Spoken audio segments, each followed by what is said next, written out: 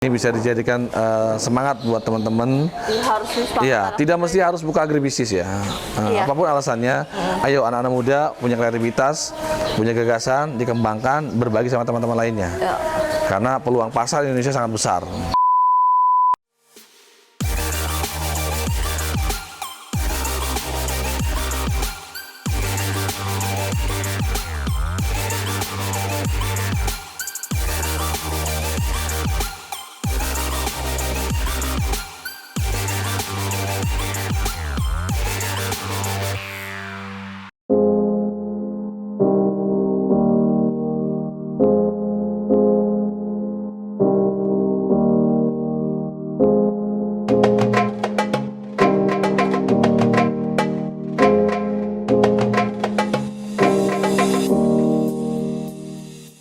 Halo sahabat Camp 66 TV, ya kembali lagi bersama gue Cici di Camp 66 TV.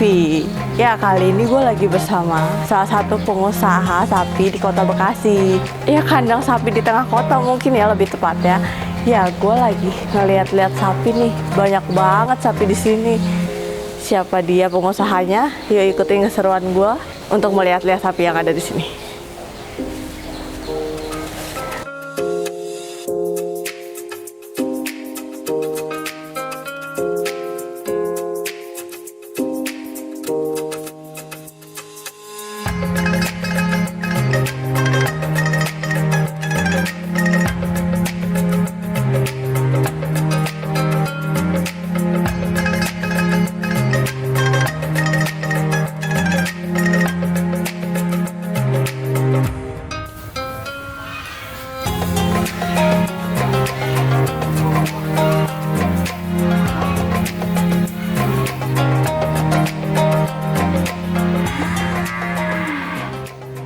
Awal mula berjalannya usaha ini itu tahun berapa sih? Kita mulai bisnis ini tahun 2005, berarti 16 tahun yang lalu. Oh, udah 16 tahun yang 16 tahun lalu ketika saya lulus dari bangku kuliah, kemudian saya berpikir bagaimana cara menghidupkan ekonomi masyarakat. Nah, mungkin saat itu orang berpikir gimana caranya kita bisa kerja, tapi saya nggak bisa begitu. Bagaimana caranya kita bisa berwirausaha, karena dengan wirausaha kita bisa memberdayakan perekonomian masyarakat di sekitar. Itu yang pertama. Yang kedua, nah, saya punya pandangan soal bisnis ini ya. Bisnis yang saya jalan ini sapi potong, sapi daging. Nah, saya dapat informasi dari teman-teman mereka yang lulus kuliah di luar negeri bahwa di Australia itu kebutuhan daging sapi itu berlimpah katanya. Sementara kita kurang. Nah, artinya saya harus jawab ini sebagai kaum intelektual. Kita coba buka peluang ini. Ternyata 5 tahun kita bina membuahkan hasil yang lumayan signifikan. Dan bisnis ini ternyata cukup kompeten.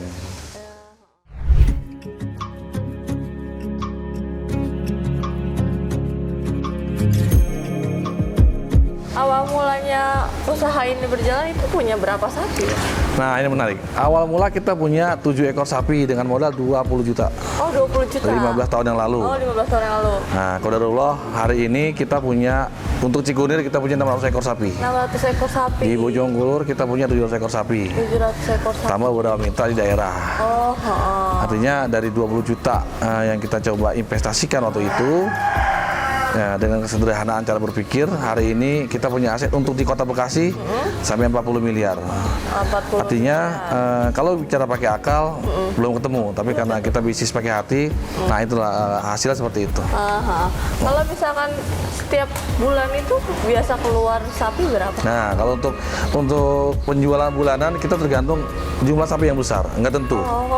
Tapi kalau Idul Adha penjualan kita sampai 1.200 ekor. 1.200 ekor. Nah, kalau bulanan kita lihat yang gemuk kita jual. Jadi nggak terpaku pada jumlah yang harus jual, nggak ada target. Nggak ada target. Yang penting ada yang gemuk dijual. Iya, tapi kalau itu ada, karena mitra kita banyak di daerah, mulai dari Jawa Tengah, Jawa Timur sampai Lampung, nah kita coba akomodir. Oh iya. Dan hari ini juga kita sudah melatih beberapa teman-teman di daerah, di Ronting, Nusa Tenggara Timur, di Bantaeng, Sulawesi Selatan, di Cijambe, Subang, dan mereka cukup berhasil beternak sapi dengan pola yang kita coba kembangkan di sana. Alhamdulillah. Oke. Untuk pangan bang. Pangan itu ada vitamin sendiri atau pangan biasa? Oke, untuk pakan itu kita siapin beberapa jenis. Ada konsentrat yang memang pakan olahan sudah jadi, ada bekatul, ada jerami, ada ampas tahu. Sebenarnya kita coba meminimalisir biaya ya. Kita masih pakai jerami, masih pakai ampas tahu. Oh, ampas tahu. Karena kan konsepsinya minimum cost maksimum revenue gitu. Oh iya. Itu coba kita terapkan dan ternyata efektif. Oh, efektif. Justru nilai kompetitifnya jadi tinggi. Iya. Ketika pakan yang nggak terlalu tinggi, maka kita bisa bersaing di harga. Untuk hidup ada ya. Oh, hidup ada. Tapi kalau untuk pedaging kita makan ekstra. Oh, makan ekstra. Untuk kesehatan kita juga punya rekanan dokter dan kita juga punya tim ahli. Bahkan kemarin sudah ditinjau dari Dinas Kesehatan Hewan sama Departemen Pertanian. Iya. Tuh. Bobot paling besar itu berapa sih? Bobot paling besar di kita ini ada 800 kilo lebih. 800 kilo lebih. Adapun jenisnya kita punya banyak jenis, mulai dari sapi Bali, Sapi Bali. PO, limosin, semetal. Oh, limosin. Hampir semua jenis sapi kita ada di sini. Oh ya. Karena memang permintaan pasar semua kita ikuti. Kalau limosin itu yang kayak gimana? Oke, kita lihat sapi limosin ya. Oke, saya diriin ya.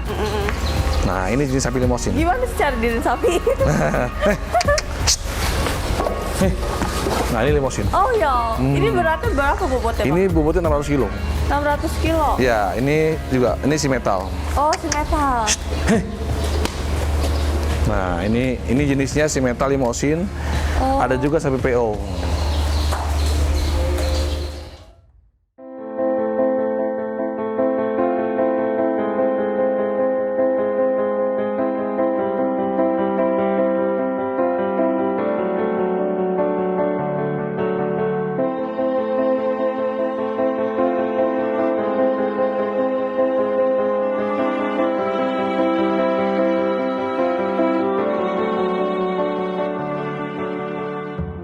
Kalau ini berapa bang kalau buat harga? Nah, kalau untuk penjualan kita harga terendah kita tahun ini di 20 juta. Oh, 20 juta. Harga tertinggi yang kita jual tahun ini 70 juta. 70 juta. Nah, dengan populasi ya. Limosin kisaran berapa? Limosin itu mulai dari 30 juta. Oh, 30 juta. Mulai 30 juta sampai 70 juta. Berarti paling mahal itu 70 juta untuk tahun ini ya. jenis Jenis si metal. si metal? Si metal, Oh, oke. si metal. Jenis si metal. Nah, ini juga jenis mari kita ke sini, ada jenis lain. Nah, ini peranakan. Oh, ini peranakan. Jadi ada si metal dikawinin sama sapi lokal. Silakan diambil ya. Si metal dikawin sama sapi Ini si metal dikawinin sama sapi-sapi lokal. Jadi ini anaknya. Oh, ini anaknya. Nah, ini anakan. Ini namanya Gede-gede pegon. juga ya? Ya, ini juga besar karena dia persilangan ya. Cukup tinggi juga. Dan permintaan cukup banyak karena memang kualitas daging cukup baik. Oh, yang paling banyak permintaan? Yang paling banyak permintaan di sapi Bali. Oh, sapi Bali lebih banyak. Sapi lokal karena kualitas daging lebih baik daripada sapi-sapi yang lain. Oh, gitu. Jadi beda-beda ya? Iya.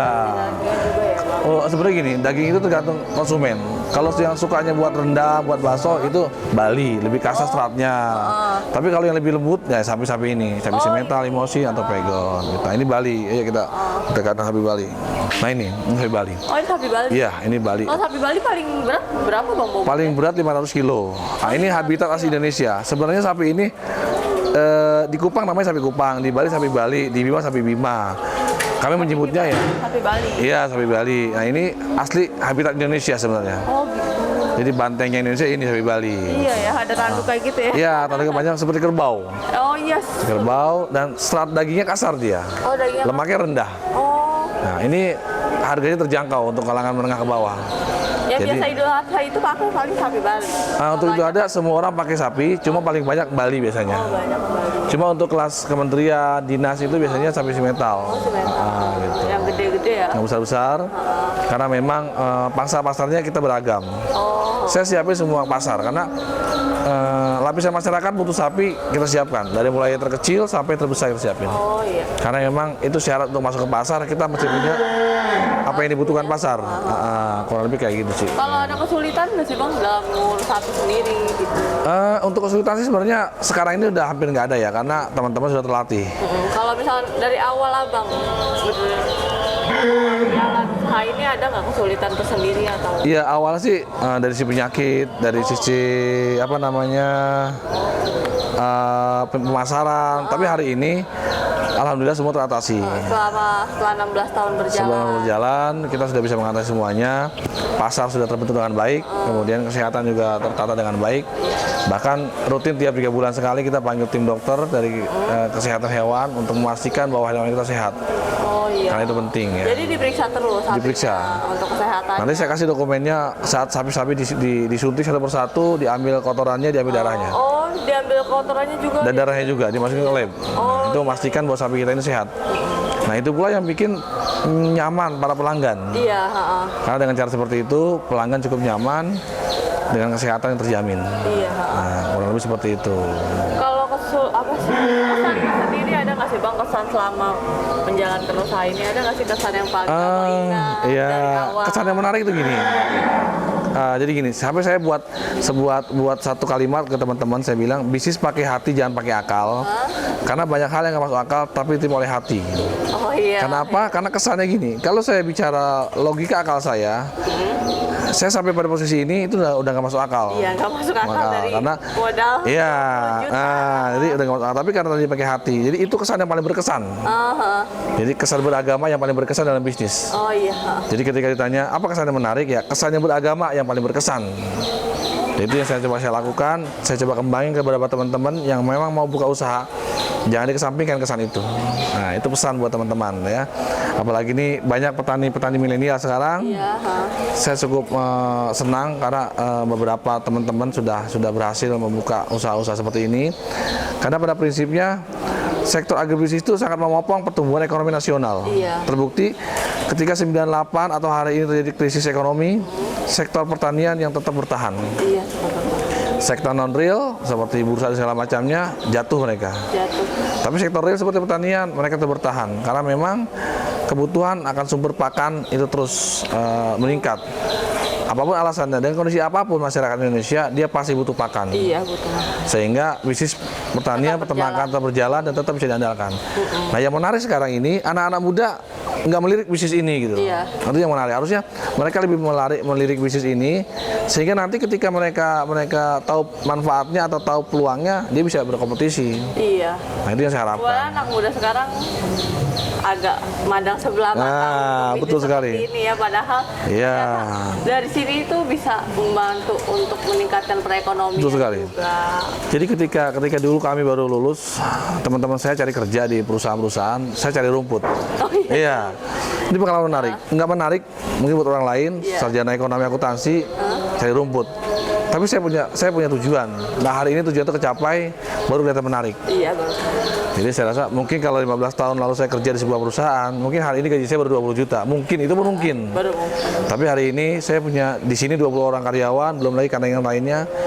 Nah, ternyata kita bisa menghidupi orang banyak. Nah, itu jadi menarik dan jadi motivasi buat teman-teman yang lain, khususnya pemuda milenial nih. Iya, Ya.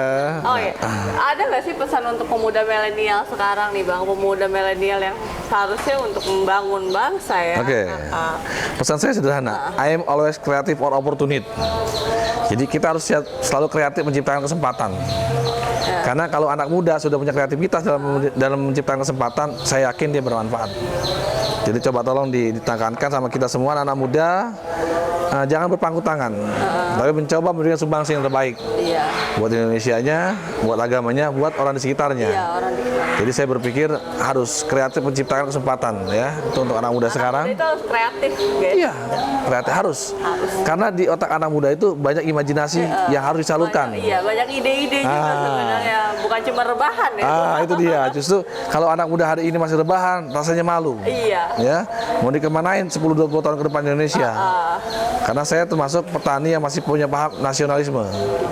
Jadi kalau hari ini ada anak muda yang nggak punya kreativitas, rasanya miris yang mengkhawatirkan untuk Indonesia ke depannya. Iya, 20 tahun, 30 tahun ke depan Indonesia jadi apa kalau anak mudanya masih rebahan aja ya, Bang? Betul sekali. Anak muda punya kesempatan di sektor mana saja. Mau di sektor pertanian, sektor industri, atau sektor yang lainnya silakan. Yang penting anak muda mau kreatif. Karena banyak teman-teman saya yang coba punya kreativitas dan dia berhasil. Jadi hari ini saya tekankan anak muda harus kreatif menciptakan kesempatan. Jangan cari kesempatan, Iya, nggak baik. Tapi kreatif menciptakan kesempatan. Artinya anak muda harus jadi pengusaha, apapun skalanya. Ya, kalau anak muda punya kreativitas menciptakan kesempatan menjadi pengusaha, saya yakin kalau satu orang punya kesempatan merekrut 3 orang karyawan, berapa orang anak muda di Indonesia? Kalau semuanya punya pikiran ke depan, saya yakin nggak sulit kita maju. Iya. Saya rasa seperti Sulit itu. untuk Indonesia maju ke depannya. Oke. Karena anak mudanya berpikir kreatif untuk ke depannya. Mesti itu. Apalagi teman-teman Karang Taruna ada wadah yang mewadahi, mestinya terpancing, termotivasi untuk melakukan gerakan-gerakan itu. Iya. Karena begini, kecerdasan intelektual tidak menjamin kesuksesan hidup, Oh iya. ya. Tapi kepekaan sosial lebih menjamin kenyamanan. Iya. Karena apa? Banyak para sarjana yang intelektual lebih nggak nyaman hidupnya, cuma jadi pekerja. Tapi ketika dia punya kepekaan sosial, dia punya kreativitas berpikir, dia punya ide dan gagasan, dia lebih nyaman karena diterima oleh masyarakat. Itu yang penting. Jadi ketika kita nggak merasa paling pintar di akademisi, nggak usah khawatir. Yang penting kita punya ide dan gagasan. Iya, kita punya ide dan gagasan untuk disalurkan dan dikembangkan. Oke, itu saya sependapat. Agar lebih peka terhadap masyarakat di lingkungan sekitar. Betul. Ya, Bang. Oke. Jadi ini sapi udah banyak banget. Iya. Ini baru 1 titik nih. Kita punya 3 titik sebenarnya. Oh, 3 titik ya, Bang? Tadi titiknya di mana aja, Bang? Di Bojongkulur. Bojongkulur. Sama di daerah ya. Oh, di daerah. Di Gunung Kidul kita punya juga. Teman tidak sebanyak ini. Cuma ini memang kandang yang kita buat, kita desain serapih mungkin untuk menjamin kenyamanan. Iya. Jadi kandang di tengah kota nih. Kandang di tengah kota, Iya. ya benar banget. Ini kandang di tengah-tengah kota Bekasi ya, Bang. Iya. Kota Bekasi ya benar. Udah penduduknya padat banget. Masih ada Kandang sebesar keren ini banget ya, ya, dengan ini. penataan yang sistematis sekali. Iya, udah rapi. Ini bisa dijadikan semangat buat teman-teman. Harus semangat. Iya, tidak mesti harus buka agribisnis ya. Iya. Apapun alasannya, ayo anak-anak muda punya kreativitas, punya gagasan, dikembangkan, berbagi sama teman-teman lainnya. Ya. Karena peluang pasar di Indonesia sangat besar. Nah, jadi pasar kita ini sangat potensi. Jangan sampai diambil sama orang lain. Iya, kalau udah diambil baru terasa ya, Baru sadar. sakit. Telat namanya itu. Iya, telat. Nah, itu yang saya nggak mau. Jangan sampai telat gitu ya.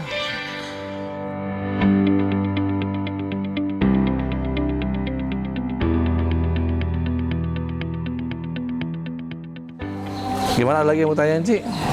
Udah, Bang, cukup. Oke. Makasih banyak nih waktu. Sama-sama, Cici. Cici jadi ngerepotin. Oh, enggak, senang.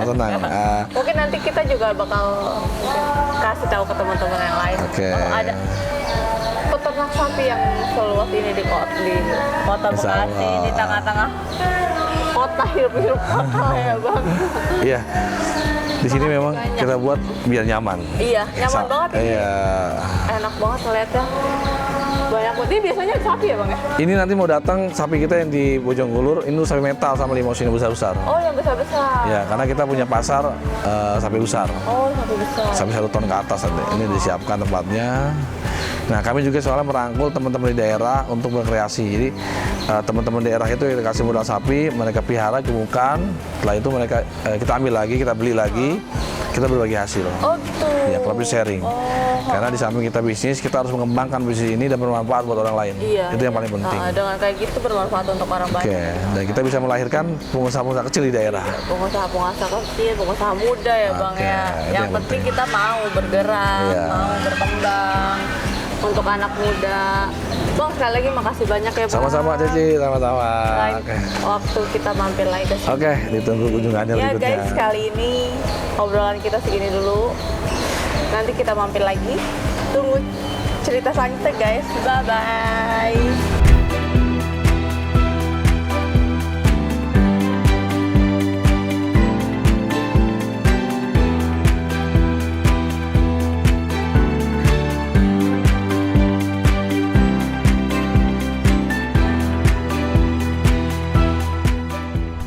Ya, sampai di sini keseruan kita untuk ngeliat sapi-sapi yang gede-gede, yang mekar-mekar. Tunggu kelanjutannya di channel kita selanjutnya, Camp 66 TV. Dadah!